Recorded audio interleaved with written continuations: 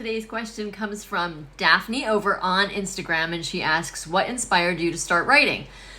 Well, I enjoyed writing even when I was little. I wrote little stories like what it's like to be wrapping paper, and I think another one was dying happy about a Christmas tree.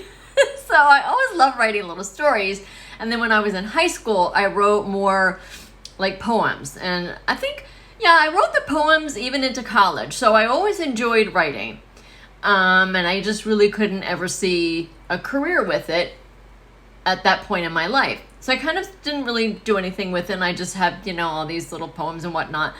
And then when I was still in my corporate job, I was still in corporate America, and I just got this little nudge to write a book. Because I'd always loved romance books, and I loved writing, and I was always, happy when I was writing. I was told I was a good writer, but, what does that mean? Your friends are going to tell you you're a good writer. So I wrote this story. It took me about a year. I had finished my MBA, and I was just used to kind of constantly, like even after working hours, I was used to doing homework and all that. So I wrote a book, and it was called Untouchable. And it's terrible.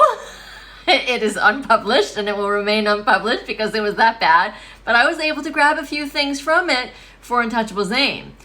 So that part worked out well. But yeah, just one day, it was after I had gotten my MBA, and I was still working full time at my corporate job, and I just decided, I think I want to write a book. I think I want to write a romance story, a love story.